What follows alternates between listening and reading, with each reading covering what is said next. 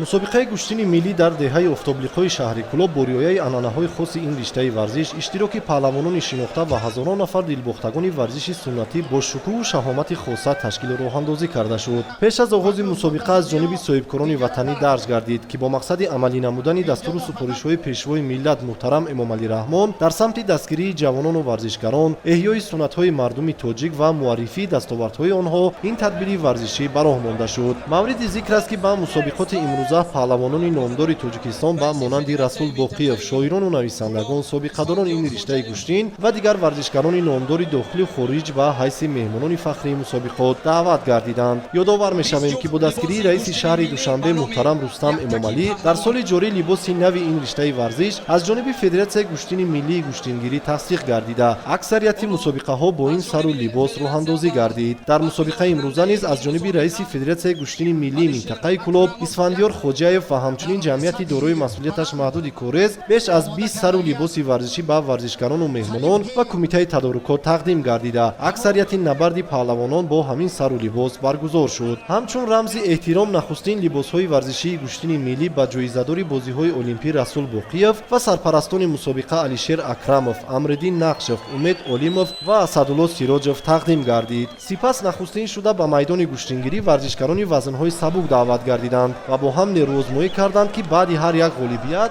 паҳлавонони наврас қадршиносӣ шуданд. Чун мусобиқаҳои қаблӣ духтарон низ дар ин майдони гӯштингирӣ нерӯозмоиҳои ҷолибу диданӣ нишон дода, таъби дили мухлисону ҳаводорони гӯштини миллиро шод гардониданд. Ҳамин тариқ баъди пайваста ғолиб омадани Шоҳида Қаландарова ва Аҳлия Муминова ба рақибон, яке аз шоҳҷоизаҳо автомобил миёни ин ду чеҳраи ҷавону умедбахш гузошта шуд. Рақобати ин ду варзишгар, ки шарафи варзиши Тоҷикистонро дар риштаи ҷудо дар арсаи байналмилалӣ муаррифӣ мекунанд, барои шоҳҷоизаи аввали мусобиқа тӯлонӣ идома карда, дар ниҳоят нерӯозмоӣ дуранг анҷом пазируфт. Паҳлавони номдору номовари шаҳри Кӯлоб Фирдавс Насимов дар ин рӯз баъди ғолиб омадан бар се рақиб барои яке аз шоҳҷоизаҳои мусобиқоти имрӯза бо Суроб Маҳмадиев аз шаҳри Ваҳдат нерӯозмоӣ намуд. Набарди ин ду паҳлавон чандон тӯлонӣ идома накард ва баъди як партофти зебо Фирдавс Насимов ғолибиятро ба даст оварда соҳиби яке аз шоҳҷоизаҳо гардид.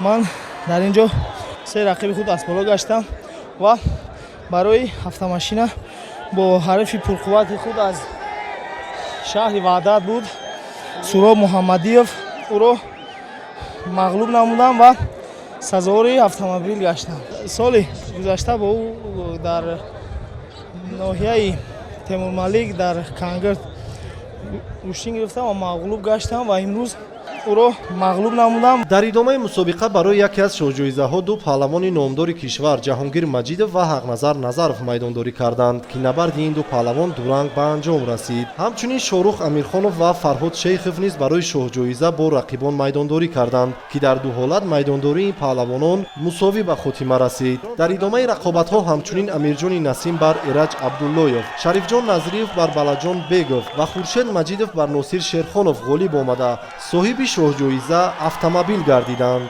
бо се ҳарфи худ аз боло гарда сазовори шоҳҷоиза автомашинаи Мазда гаштам ва ман кӯшиш мекунам, ки тамринҳоямро зиёд карда берун аз Тоҷикистон баромад карда парчами Тоҷикистонро дар сайи ҷаҳонӣ баланд бардорам.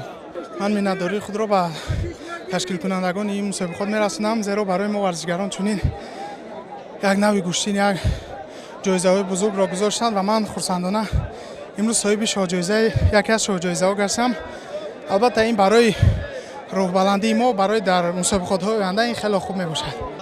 бинобар иттилои сардовари мусобиқа Расул Боқиев дар ин ҳамоиши варзишӣ беш аз 20 000 мухлисону ҳаводорони гӯштини миллӣ аз субҳ то бегоҳ зиёда аз 50 рақобатҳои ҷолибу диданиро дар се майдон тамошо карданд. Феълан баъди ҳар як ғолибият паҳлавонон аз ҷониби садорати кумитаи тадорукот бо тӯҳфаҳои пулиму молӣ сарфароз гардиданд. Тантанаҳои идона ва мусобиқаҳои гуногуни варзишӣ дар шаҳру ноҳияҳои минтақаи Кӯлоб барои сазовор ҷашн гирифтани 30-солагии истиқлолияти давлатии ҷумҳурии Тоҷикистон бо маром ва шодиву фараҳи сокинон идома доранд.